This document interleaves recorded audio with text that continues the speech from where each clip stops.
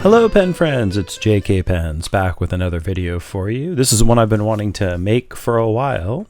It's a comparison video of different models of Leonardo Officina Italiana pens. So this is my own personal collection here in a Galen leather major case. And I'm going to pull out 3 of them and we'll do model comparisons. These 2 are the same model. Maybe I'll show you this one at the end, but I'm going to start with these 3. Okay, so this is the first pen Leonardo released back in 2018. This is the Momento Zero. This is the second model they released, the Furore. And this is the most recent release from earlier this year, 2019. This is the Momento Zero Grande. So what I'm going to do is I'm not going to do full reviews of these pens, and I'm not going to actually do writing samples because, well, I don't know. There's so many good reviews of these online. What I want to do is I want to give you a sense of the differences between the 3 models and why you might choose one over the other for you. Okay, so first, let me just recap. Momento Zero, Furore, Momento Zero Grande. Okay. As you can see, size-wise, they kind of go up in length. The Furore is a bit longer than the Momento Zero, but of course the biggest design difference is its shape. It's this double-ended torpedo shape, whereas this is a slightly, I guess, less fancy design. This is a lovely finish. This is the Pietra Marina, or sea stone. This is the Blue Galassia. But stylistically, they're very different pens. So I think in terms of size, they're in the same ballpark. But in terms of choosing one, it's really which one appeals to you more stylistically. Also, they come in a fairly different range of finishes. There is occasional overlap, but the Furore comes in a lot of bright acrylics. And there have also been celluloid versions. And the Momento Zero has come in, I would say, fewer bright colors, but more earth tones or softer blues, as well as ebonite versions and celluloid versions. This Momento Zero Grande is in the coffee color, which is a quite dark brown. It's actually a perfect match for Bungu Box Espresso ink, if you're familiar with that ink. And I'm going to talk in a minute about the sort of structural differences between the pens, but that's it on the outside. That you can see that the Grande here is about the same length when capped as the Furore, and it is the same design as its older and smaller sibling, the Momento Zero, but it is girthier and longer. Okay, so I'm going to go through them one at a time now that we've had that overview. So the Momento Zero, again, you can find many fine reviews of this online. What I want to give you a sense quickly is what are some of the interesting characteristics of this pen, and then size-wise, how does it compare to some other pens you might come across, and why you might choose this model. So in terms of the features, it has this tapered grip section that leads to a straight section here, and that's common on all the Leonardo pens released to date. There is a step up here to the barrel, but it's pretty soft, and also this is so girthy here, you're unlikely to find yourself holding the pen up here. Another fun feature of all the Momento Zero pens is they have a blind cap for accessing the converter knob, but actually this is not a piston. Well, it's a piston converter, but it is actually not a captive. You can unscrew it. And they do a really nice job on the finish of these. They even take the time to engrave them, and they have this metal knob. So I think it's probably standard international size, but it's much fancier, of course. And it has the longer knob to go out through the blind cap. A few people have complained of the rattling, hear that, of the piston knob against the blind cap. I haven't noticed it when I'm writing in my pen, but I could see how it could happen given the metal threads here and the metal knob. The cap has what's a pretty standard design for Leonardo so far in terms of the clip overall shape, springiness, and roller wheel, and it has plain finials. And now what I want to do is I want to show you how this pen compares in size, both capped and uncapped, to some common pens. So I'm going to start with something I think everyone should compare a pen to, because everyone that I know knows what they are, which is a Sharpie. Not a fountain pen, okay? So it's a bit bigger than a Sharpie. It is both longer and girthier, so this does not feel anything like a Sharpie in your hand, which is probably a good thing. Here are a couple of inexpensive pens. Here is a Pilot Metropolitan, and here is a Lamy Safari. And as you can see, lengthwise, it's about on par with the Safari. It's a bit longer than the Metro, and it's girthier than either of them. One thing to note is that the Metro and the Safari have longer tapered grip sections, and they all have a very different feel. The Metro is quite skinny to me.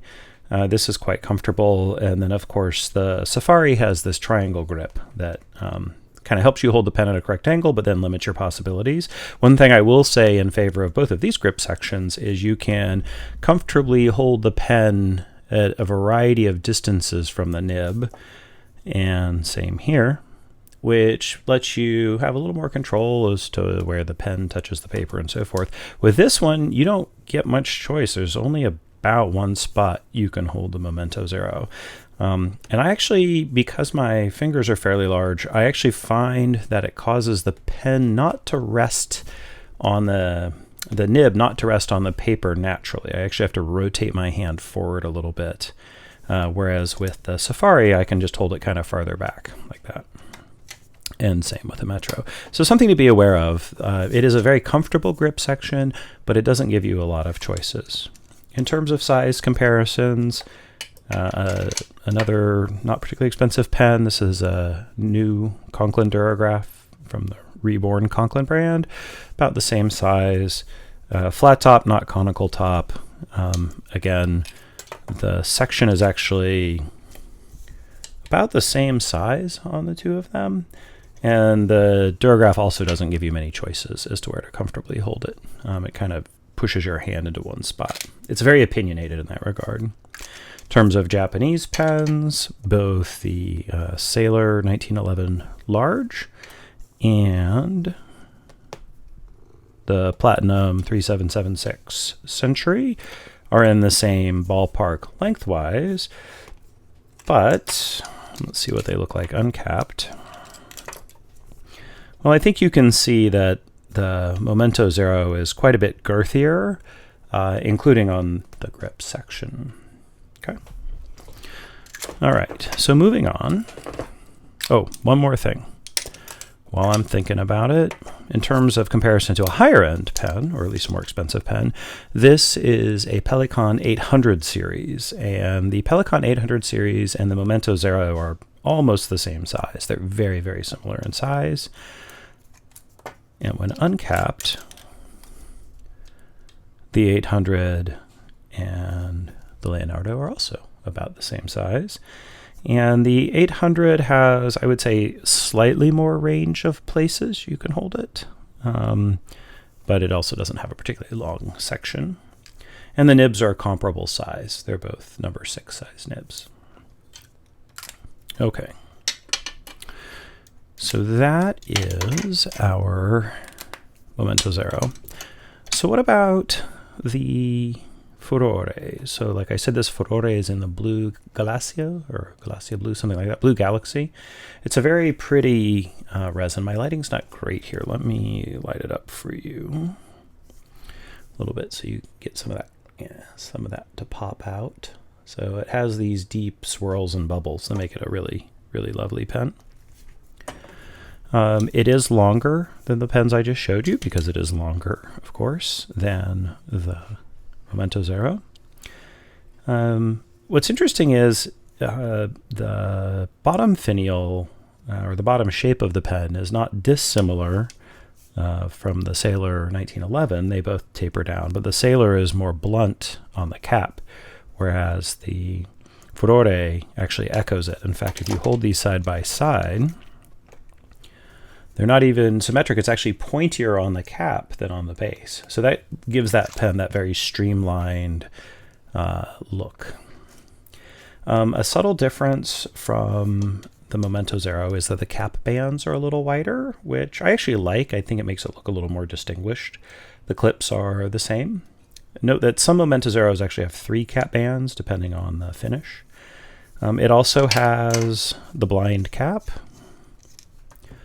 leading to the matching removable converter. Okay, these pens are available with a wide range of nibs. They are German nibs, but they've been tuned to Leonardo's and stamped and shaped to Leonardo's specifications. I do recommend buying a Leonardo from an authorized dealer who will take the time to tune it for you. There are reports of them not always arriving at super well tuned if they're just, a box taken out of a carton and mailed to you. So just before we go on to the Momento Zero Grande, which is a step up in size and price, how would you decide between these two? Well, one is, of course, purely the aesthetics, both the shape and the available materials.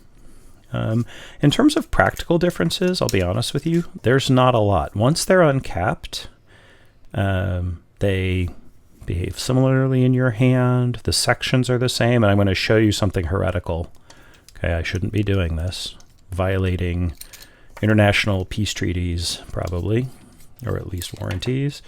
They actually are machined the same, and I have now created a new limited edition Furore Zero Pietra Marina something. I don't want to cap it because I think the cap's not deep enough. I don't want to bend the nib. But yeah, their parts are basically interchangeable, which is pretty fun. So yeah, so there's not a whole lot of difference in the writing experience between them. It's mostly just that aesthetic, whether you like the more streamlined look or the slightly more understated look of the Momento Zero. Okay. One more to go. So I'm going to now talk about the Grande. The Grande has been released in a few resins and then some cool ebonite with guilloche. I haven't yet seen one in celluloid, but it's got to be coming. And so Momento Zero Grande is, well, it is a Grande version of the Momento Zero. It has 3 cap bands. It has the blind cap, and we'll talk briefly about this knob and what it's attached to. The overall style is quite the same, but this is not a trick of the light. The clip is different. It's a hair thinner. It's the same length, but it's a hair thinner, which on the larger pen I think is a interesting design decision. I'll be honest, when I first got this pen, I thought it had a defective clip because I was so surprised by how thin it is. And at first, honestly, I didn't like it. I liked the chunkier look of the clip on the Momento Zero, but on the Grande, it's sort of growing on me. I wish it was maybe just a hair longer, a couple millimeters. There are a lot of rings on this pen. So in addition to the ring at the blind cap, the ring at the step, and the 3 rings on the cap, it has a ring at the end of the section. Now, this is one other big difference besides size between the Grande and the Momento Zero, is it does have this metal ring. And there's actually, let's see if I can get this to focus. There's a slight flare there, okay? So yeah, so this actually has a somewhat different writing feel. However, like the Momento Zero, it is very opinionated, and there's not many choices about where you can hold it comfortably unless you want to hold it on the angled part or on the threads, which aren't intrinsically uncomfortable, but it's very wide at that point. It's probably a good, I haven't measured it, but at least 10 plus millimeters wide by the time you get up there. So yeah, it doesn't, I have fairly large hands, but it doesn't feel like a great big pen in the hand. It's not awkward or anything. It is in the same size class as a Pelikan 1000 series, so obviously larger than all the pens we looked at before. Very, very similar in size. It's just a hair longer than the 1000 when capped. And then when uncapped, its section is actually less girthy than the 1000s, and of course it doesn't have the big honking number 8 size nib. It'd be cool if they actually did a version of the Momento Zero Grande with a number 8 nib. Bach makes those, so it'd be cool if they could do that, but haven't seen that yet. The other thing about this pen that some people find controversial, it doesn't bother me at all, is that you can actually see the entire piston mechanism because it's actually more of a captive converter than it is a piston, in the sense that the ink is not going into the barrel of the pen at all. That, of course, means that you could maybe worry less about staining your barrel. You might stain the converter, but that wouldn't be noticeable. It does have those lovely Leonardo details. This is etched, and it has a guilloche pattern on it. And it holds a fair amount of ink. They say over 1 mil. I don't usually worry about underfilling my pens because I'm changing ink so often. I rarely take one pen and write it dry, for better or for worse. The other thing that sets the Momento Zero Grande apart from the Momento Zero is the feed. So the Momento Zero has the standard plastic feed, but the Grande has this lovely hand-cut ebonite feed that just makes it a juicy, juicy pen. And I said I wasn't going to do a writing sample, but I have to show this one off. This is a broad that I bought from Emmy at Pen Venture. I'll put a link in the description. And he tuned it, and it's just so lovely. This is look at how wet that is. Momento Zero Grande. This is the broad nib, and the ink is Bongo Box Espresso. And no matter how fast I write with this, like I took it off the paper there. That was not the nib not keeping up. I mean, the nib and feed, just wow. Like, that is amazing. It's so delicious. So much fun to write with. I don't find it super comfortable for long sessions of writing because the section, again, has that issue where it doesn't quite touch the paper unless I rotate my hand forward a little more than I normally would. If you had thinner fingers, that might not actually be a problem. So this might be a case where my big hand works against me a little bit.